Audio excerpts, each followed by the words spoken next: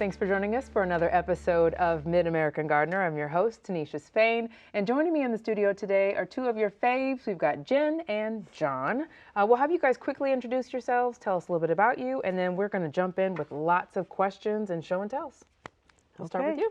Hi, I'm Jen Nelson. I wear a number of different hats. You can find me online at groundedandgrowing.com, where I talk about all kinds of gardening, and I'm also on campus. I teach Hort 105 vegetable gardening, and I brought a project from our class for our show and tell later. Excellent. All right, John. And I'm John Bodenstein. I'm a Vermilion County Master Gardener, and I wear a couple of hats too. I volunteer at Schlarman High School and help teach the botany and the greenhouse there.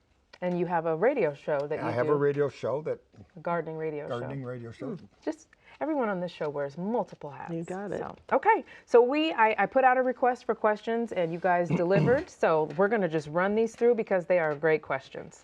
First, we've got Diane Armstrong O'Connor asks, when can I start watering my inside cannas and elephant ears that are overwintering in the basement? So what are we thinking about that? I would say it's a little bit early, but if they're showing signs of life, maybe not just watering them and leaving them in the basement, but bring them up to a warmer spot and give them some light if you're going to do that. Okay. Yeah, you want to keep the soil moist, but not wet, soggy, because they'll rot.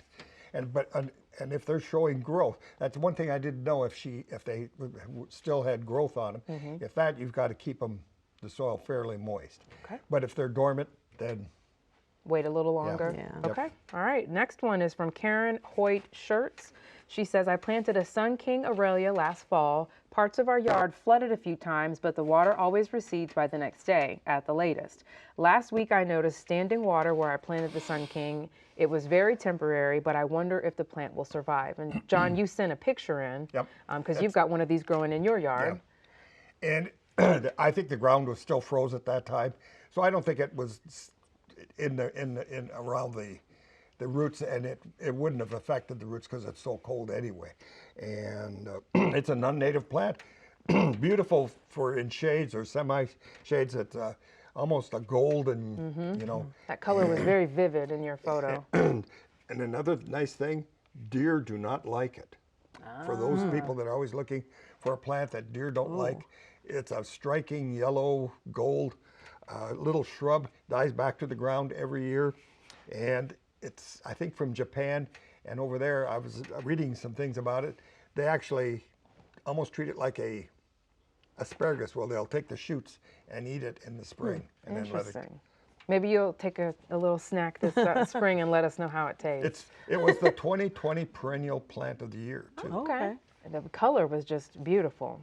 Okay, we're going right through these. Let's see, Kathleen Kilmartin writes in, I plunked my clematis in the ground late last fall under the pergola. Fingers crossed it's not in the ground too shallow under the rocks. After that streak of super cold, I'm discouraged. So basically she's just wanting to know, what are the chances that her clematis survived? Well, I think it's just going to be a case of watch and wait. I mean, if she mulched over the top of it, that may help it. Okay. But most clematis, I would say, would be pretty hardy. It'd be hard to kill. If she's afraid of it, if she still has some mulch, she could go out and add some more mulch now, because the ground right now I don't think is froze too deep. So I've heard from a couple farmers that the frost has left. Oh, okay. All right. And it's important to know what kind of a clematis. There's three main types of clematis. And depending on when it flowers is what tells her what kind of a clematis she has, whether it's she can tell right away if it's evergreen or not. But there's two others that kind of depend on when they flower as to trimming and care. They do during the summer like cool feet. They want that root area covered. So if she can mulch it now, then she's covered. Get it ready for the spring. All right. Roxanne Center writes, I heard Mother's Day for all seedlings to go outside. Is that too early? Depends where you live. And we've had a little shift. Yeah, I don't know that really is going to change my advice too much. But usually I think of Mother's Day for the central part of the state. And then if you're up in the northern part of the state, it's more like Memorial Day. I like to think in terms of holidays. Days off. Yeah, right. And then southern part of the state be more like the beginning of May Day. Gotcha. It depends on what she's transplanting too. If you're transplanting tomatoes and peppers, they like around 65 to 70 degree ground temperature. So I plant mine June 1st. The rest of the cabbages and Peas, cauliflower, peas, lettuce. as soon as you can work the ground Right. there, you can. And Mother's Day would be fine for any of those. I'd actually like to get some of them out before Mother's Day on some of it. Just it varies depending on what she's wanting to. And we've get out. talked about the microclimates before on different episodes where Sure. if you're growing close to a house or something like that, that can make a big difference. in- Absolutely. And just paying attention to the weather makes a huge difference too. Just because I say May 15th don't hate me if it's frosty on that day. Yeah. And I've had people call me and say, well, can you tell me You what the said. frost-free date is? And like, they want like a hard date. And it's like, it doesn't work that way. Yeah. No? You know, and anymore, our weather forecasters have gotten fairly good to give you a 10-day approximate. If you see it's going to be close to freezing, Don't you do it. definitely don't want it. If you see 50, 60 degrees, you can at least harden them off. That's another Right. thing. Yes. Taking them out, hardening them off, and bringing them back in really does help. And then there was we had a couple of questions. I think you had last show you had your little container with winter hardening or winter Yes. sowing. Yes, yes. And those plants are much hardier, and those you could take out probably Earlier, yeah. much earlier because they're going to be used to, to that temperature, Right. and you don't have to harden them often. So And you don't want to kill them after you spent weeks watching Exactly. these little seeds, sprout, and you got your tray full, and then kaput. Let's see. Susie Willard says, is there anything I can do in the late winter to decrease fungal disease and damaging insects in my garden? So she wants to get ahead of pests and disease. Is there anything you could do now, amendments or anything to add? well, you could make sure that if you had diseases last year, and it's going to be a little bit more difficult now that, well, you still can do it. Clean up. Clean up and get all those, if you had fungus, if you had bacterial infections on your Yeah. tomatoes, get every bit of that out of the ground because it does overwinter. And then come spring, the main thing is to either lay plastic down if you've had real problems, or just mulch. I know tomatoes, they're talking about trimming them up a foot off the ground. As they keep growing, you can't trim, Right. a 6-inch plant, you can't trim. Because lots of those diseases spread by splashing up from the Right. soil. Yeah, and that's why mulching helps so much because it does it. Those bacteria or funguses overwinter in the soil, and so if you can get rid of that, peonies is another one. Yes, those are notorious. If you can get all that debris away, and then lay some fresh mulch down, the chances of that splashing on your new leaves, you got your black spot, your Right. your other diseases that. So anything Some you of can that do is to. just unavoidable. Yep. Let's see. With the 2 large broods of cicadas coming this spring, should we wait longer than usual to have a couple of trees planted since younger trees are more vulnerable to them? This is from Peter Crockett in Algonquin. So should he delay tree planting because of the cicadas? And we last week, or sometime, a couple shows ago, Phil said that this would happen right around Memorial Day. So Right, what are your thoughts late there? May and early June, they're expecting, and it's a triple because we've not only got the 13, 17? you've got 2 13 groups and a 17-year group, and the big one is the 17. I remember visiting my daughter, and they were actually shoveling. I was going to say, I remember seeing that. They were around the trees. They were 6 inches deep, the skeletons, and the birds and the dog. If you took That your just dog makes for me- a walk. Yes, our dog enjoyed eating them, I remember. But and then the noise. Yes, the And noise. only the males make the sound. Interesting. And But do you think they should wait? They pencil-shaped. This isn't a pencil. This is a pen, but Here's a pencil. A pencil-shaped twig is what they're going to go after. Okay. The female is going to make a notch in it, and that's where she's going to lay her eggs, and it's going to weaken it. And last year we had some, and you could just see on the very tips of the oak trees is where I noticed it out of Kennecott, is they all look like they were dead, and that's called flagging. Gotcha. And so he could cover them if, depending on what kind of trees he's doing. The oak, the maple, redbud, cherry, dogwood, and hickory are the ones that they really, really like. Okay. But pencil-shaped or pencil-sized twigs, he could cover them. And what they said you need to use is a cloth that is 1/4 inch or smaller, and that would keep them, and then tie it at the base so that they can't crawl up there. But most of them are going to be around the bigger trees where they were last time, 17 years ago. They dropped off of that branch, fell into the ground.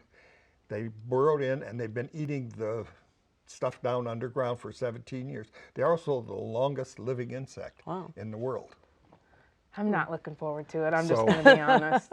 We were talking about that, and Taylor, one of our production folks, was saying she went to the zoo the last time, and every step Yeah. at Brookfield Zoo, you were just crunching I could not. We handle ate it. them on one show. I was on with Jim Chocolate Appleby. covered? No, he fried them up with lemon pepper, and we ate them. No way. I did see my dogs eating them when Brood 10 a couple of years ago. My dogs were eating those, but I'm not that brave. Well, this is the brood. This is the Brood X. So, and it's Okay. and being it's tied in with the other two. There's 5 main broods, but there's 3 of them going to be coming this All year. together. And Phew. so, no matter, I think, wherever you are in the States, you're probably going to experience You'll the be racket. crunching on the sidewalk. One thing I would add is if he decides he wants to delay planting his trees, you might think about delaying till the fall, because if you're trying to plant a tree when in the heat of summer, you're going to be out there with watering it Yeah, the constantly. survival rate is going to be less. Yeah, so I would wait until like into the fall to plant. So cover it or delay all the way until the fall. Great advice. And we've got one more question. I saved this one for last because it was so funny. This is from Peggy Zabicki. Late last October, my hubby decided to severely cut back our forsythia bush. There are only main branches and very few little branches. He also cut about 6 inches off the top. I used to trim it a little bit in late spring after it blossomed. It was a beautiful bush, several feet wide, close to 6 feet tall. It looks very bleak now. The question is there something I can do to encourage growth, or should I just divorce my husband? She's very serious about this. So can we save her marriage, or? I think she can keep her husband for Okay. now. Yeah. For now, she can rub it in constantly that he ruined the spring flowers on the forsythia Okay. by pruning it in October, because spring flowering shrubs are going to start forming their next year's blooms during the summer. So that's why she was doing the correct thing before by Yeah. trimming it right after it flowers. But her husband was trying to be efficient. I know He how was this trying to be goes. so helpful. Forsythias can yeah. get out of hand, and you just have to. You can't do it all in one year. You Right. have to keep on it. Trim. If it gets way out of hand, trim one cane out, and then let the others grow, and then do your. Yeah. And it should survive. I don't think it's. Don't give up on it yet. Yeah, it's not a plant. I see this mistake's pretty common. People will want to force forsythia like a privet or something, like want it to be really like right angles and square, and it's just not that kind of plant. It's just not. But it should recover, and so maybe give it some extra TLC this year and keep your husband away from it for now. Tell him that you'll be in charge of the Yes. pruning from here on Yes. out. Okay, we went through all the questions, so I want to spend the rest of the time looking at the cool stuff that you guys brought. So both of you brought things from the classroom, teachers that you are. So Jen, we'll start with you. Well, I brought cuttings. It's a little early to be doing cuttings like at home unless you have good space to do it in. Like we happen to be working in the greenhouse. But if you've got lights and you've got warmth, you could toy with the idea. Especially if you see houseplants showing some new growth, that's a good sign that that cuttings would do pretty well. And I brought some stuff that we were doing in class, and I can kind of show some common mistakes or some ways that you can ensure some better success. This is rosemary, which I am still trying to figure out the number one way to overwinter it. But if you just don't want to try overwintering it, you could take cuttings from your plant the year before. And so we would take, this is not a woody cutting, it's very flexible. If you take it from further back in the plant, it's going to be kind of woody because it is a shrub. Where rosemary grows naturally, it is a woody-ish shrub. So you would split, take your cutting, and then you're going to take the leaves off the bottom half. If I can do it without breaking it in half on TV, would be great. Yep. Do as I say, not as I do on the show. Under right? pressure. Under pressure. But wherever those leaves were connected is called a node. And so all these spots should produce roots. And so ideally we want to get that underground. And what I brought to help with the process is rooting hormone, and it comes in a container kind of this size. For class, we have like a Costco size one. It's huge. But you want to take a little bit of it out. I just put it in the cap, and I'll toss it when we're done, because the one thing that will ruin it is moisture. So you don't want to get any moisture in it. Otherwise, it apparently lasts indefinitely for as much as I can cold figure temperature out. won't affect it. Yeah, and hot temperature doesn't apparently affect it either. And I have some containers that are close to 20 years old, and they are still working fine. Okay. So you're going to just dip the end, and this is just regular general purpose potting media, and it helps if you moisten it a little beforehand, and if you can, use a pencil to make the hole and just stick it in there and kind of firm the soil around it. When I'm all done, I'll put it in a Ziploc, and that'll keep the moisture in because it has no roots, right? Like a mini greenhouse. Like a mini greenhouse. So you keep that cutting from drying out while it's making the roots. Some other things I brought that are just kind of to point out. This is a Cynadrenium. If you've ever bought a citronella plant, it's probably Cynadrenium. But this is a common mistake I see students make. And so we'll say, take a cutting of Cynadrenium, and they do this. Yikes. And they're like, yeah, it looks great. No, it won't work. Some plants you can propagate that way, like African violets, you could propagate from the leaf, but it doesn't. Yeah, it doesn't work for the Cynadrenium. So, know your plant. There's lots of information online, but you would, for this one, this is the main stem, so you would want to remove. And the other thing with cuttings is removing the leaves. Sometimes it looks kind of sad when you're done. Like I would remove most of these leaves because all of those are kind of a stress on it when it has nothing to support those leaves. It has no roots yet. The transpiration is Right, really the transpiration really, it's going to dry it out. It's going to just be So you're wanting it to focus all of its energy on making roots. Having to maintain the foliage. Yep, and like this is a peperomia. It looks kind of like a succulent, but it's not.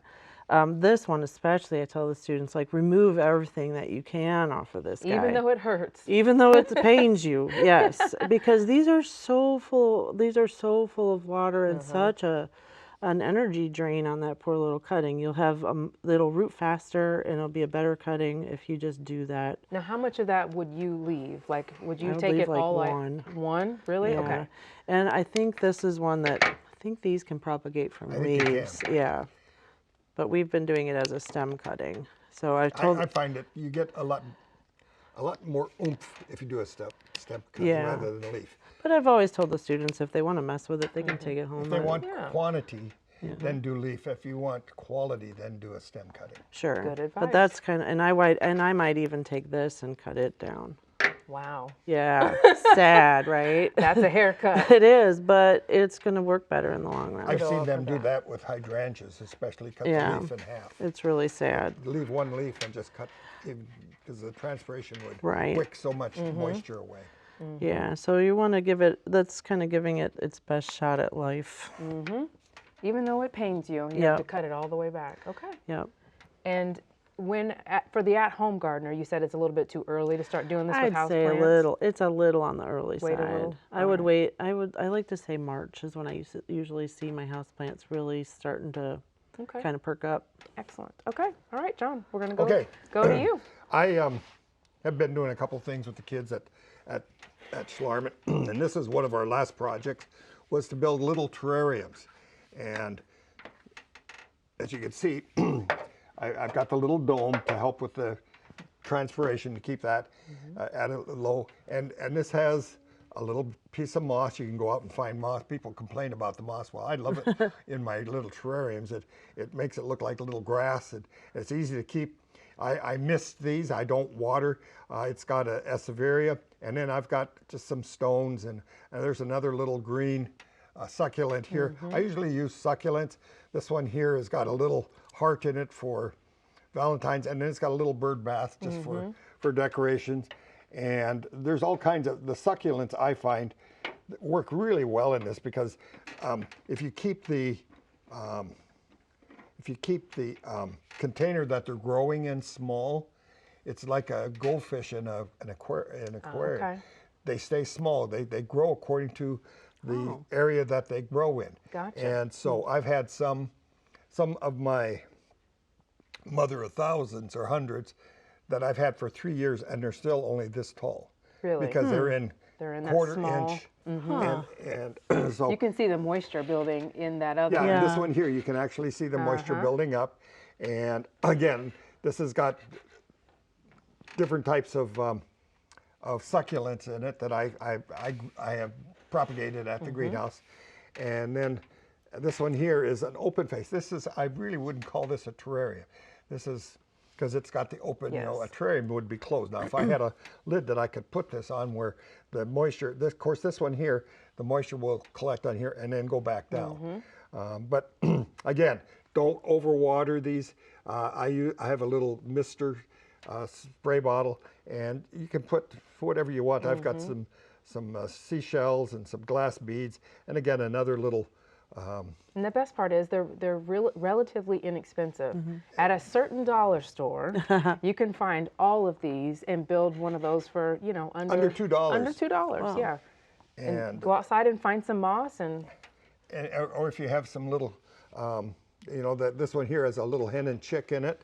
It's a perennial, but it's going to stay very small because it's in that limited area. Again, I've got some moss in here. It's got an Echeveria. very That I nice. start, you know, you start those, just twist a leaf and lay them on some sand.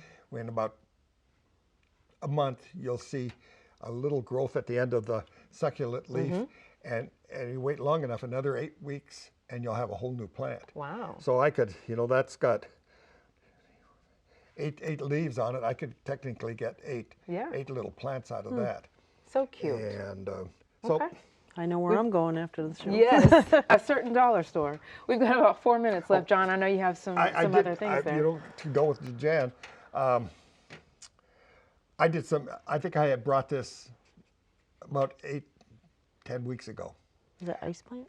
This is Dorianthus. Okay. Dorianthus. Dorianthus, and I love the plant. It does really well in the summertime. It's a succulent. Is it an indoor plant? It is. It is Okay. tender. Okay. It is a tender. It is a perennial. It'll last. I've got some pots that I brought in and out that I use as my mother plants, and I take the cuttings, and all you do is just lay it on the soil. Keep it moist for. I don't even cover these. Okay. They just, and I usually will take 6-inch cuttings and lay half of it under. You usually want half of it minimum Sure. underground.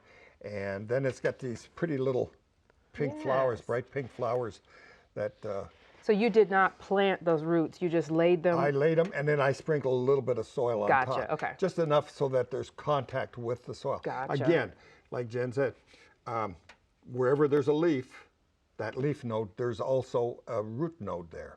And so as long as you can cut those leaves off, and you have to be kind of careful. You don't want to just tear them like this, because then you tear everything out. All you've got, take the whole cambium layer off. And this to me is one of the easier plants, and right now it's even looks flowering. beautiful, yeah. Yeah. And It looks I really have- healthy. I don't have any artificial light on it. It's just regular light, and during the hot summer it does super well. And you do need to keep it watered. It will show distress if you don't water it enough, but Does it trail? Like it does. You can see that this is starting to I'm starting to. like. I'm like already designing here, pots in my mind. it's oh, going to. I didn't see There you that. go. Pretty And little actually, flower. it'll go down and then actually grow out. And Okay. it'll Oh, wow. form a little skirt around it. But it's Dorianthus. All right. Mental note made. Do you have to let the cuttings dry out at all? I do Someti- 3 days. Okay. You snip them, let them callus off. They Yeah. call that callusing off, and then you can. And that's what I do with those Esseverias too. You don't water them in right away. You just lay them on the sand, let them dry out, form that callus, and it's a plant's protective Right. response to Almost that like cutting. a scab. It is. It's Yeah. like a scab. Yeah. And succulents tend to need that, but like what we're doing, like just regular non-succulents, you can just cut them and do it. Yeah. Cut and plant. Okay. And is that an orchid? Oh, this is a baby orchid, Oh, it's so cute. and I've had I that kill at the green. those. Miniature. And the thing with these is you want to look at, you've got 2 pots. You never want to let them sit in water, and you want to use warm water. When you water, you run your kitchen sink, not hot, just warm. And the roots, you can see these are. We've got here, about 30 they've seconds. got green roots. If it's too dry, they'll be kind of brownish or grayish. And as soon as you water them, they just That turn tells to you. green. Tells you exactly And what it you've- needs. That you've watered them. Okay. And All right. they're just fun. They last. The blooms last for months. Wonderful. Thank you guys. I learned so much and now I've got more things to buy. So, anywho, thank you so much for watching. We really appreciate it. If you've got questions, send them in to yourgarden@gmail.com or you can look us up on Facebook and we will see you next time. Good night.